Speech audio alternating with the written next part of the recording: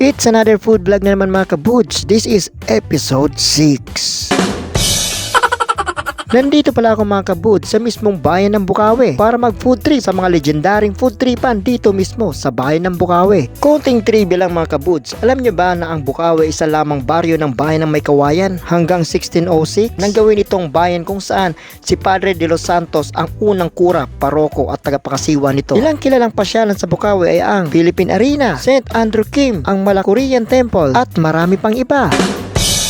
Una ko nga pinuntahan mga kabuds ay ang Francisco Bakery, isang legendaring bakery since 1990 na matatagpuan dito sa MacArthur Highway, Lolomboy, Bukawi, Bulacan. Katabi ito ng Quick Spot. Sikat sa kanila mga kabuds ay ang boneteng tinapay. Ito'y hugis bonnet at bagay na bagay siya sa mga sopas at mami. Super sarap niya mga kabuds. Malambot ang loob, medyo malutong ang labas. Hawig siya ng konti sa pandesal mga kabuds. Overall pang legend talaga siya. Ikaw ba kabuds, isa ka rin bang nakatikim na ng bonete ng Francisco Bakery? Ayos yan dahil ang Francisco Bakery ay isa na ring legendaring food tripan dito mismo sa bayan ng Bukawi. Sunod ko nga na pinuntahan mga kabuds ay ang Norris Restaurant since 1951, isang legendaring meriendahan na matatagpuan mismo dito sa San Diego Street, Sulukan, Bukawi, Bulacan. Sikat sa kanila mga kabuds ay ang pansit alanganin o pansit bakla na mismong gawa ng may-ari ng Norris Restaurant. At alam niyo ba mga kabuds na ang Norris Restaurant ay ilang beses nang na-feature ng mga sikat na vlogger at TV show at marami pang iba dahil sa kanilang kakaibang pansit, kung tawagin ito ay pansit bakla o pansit alanganin.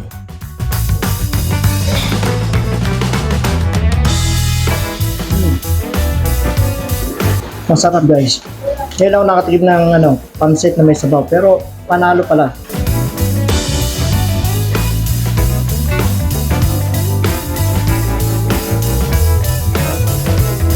Hindi ko may paliwanag yung lasa na guys eh. Basta alam ko masarap siya.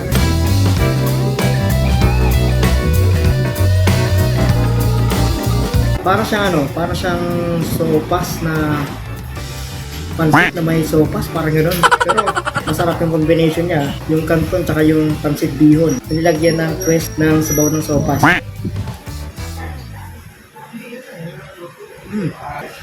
Panalo. Sunod ko nga na pinuntahan mga kabuds ay ang night market ng Bukawi na matatagpuan dito sa malapit sa munisipyo at malapit ito sa Philippine Arena. Grabe mga kabuds, napakaraming food tripan dito. Talagang mananawa ka sa kaka-food trip. Kaya kung isa ka sa natatakam kabuds ay tara na sa night market ng Bukawi para mag food trip. At huwag kalimutan kabuds na isama ang pamilya o barkada. Ika nga sa kasabihan, mas marami, mas masaya.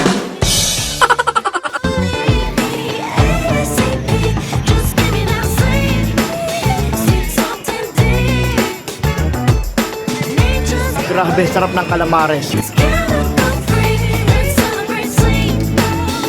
Paniginipan ko na to guys.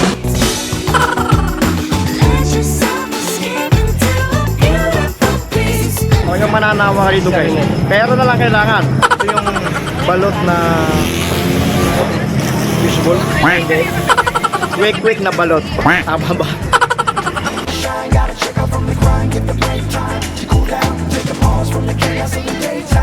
Sleep is sacred fuel for the inquiring mind. It's not just for babies, it don't mean you're lazy. Dose up on that brain food, you'll never go crazy. Sleep, you never cease to amaze me.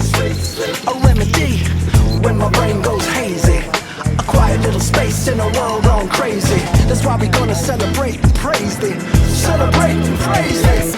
Arigato. Anghang, pero masarap.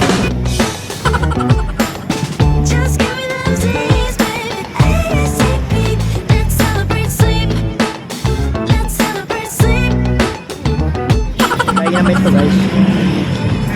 First time ko kumain ganito no.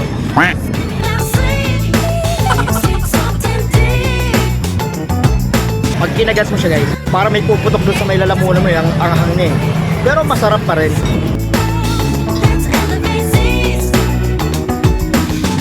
Nakakangap. Napaluwa-luwa ako ah. Ito, yung bagay sa bagay ng mga bata guys. Ang hotdog. Close your eyes, watch the tension collapse, slip away from the day, let your mind. Bagay na bagay siya. Ketchame. Alam ba ketchame? Ketchup na may mayonnaise. Ketchame. We'll all still be here by the time you get back. Hey friend, how's your REMs? You getting enough? They recommend 7 to 10. Ketchame guys. Acting like sleep is for fools. Big business business. Honjo's bragging about their hipness, Panalo, guys. their fitness. Please, I think we all agree. There's nothing better than quality Celebrate seats. sleep. Let's celebrate sleep. Uh-huh.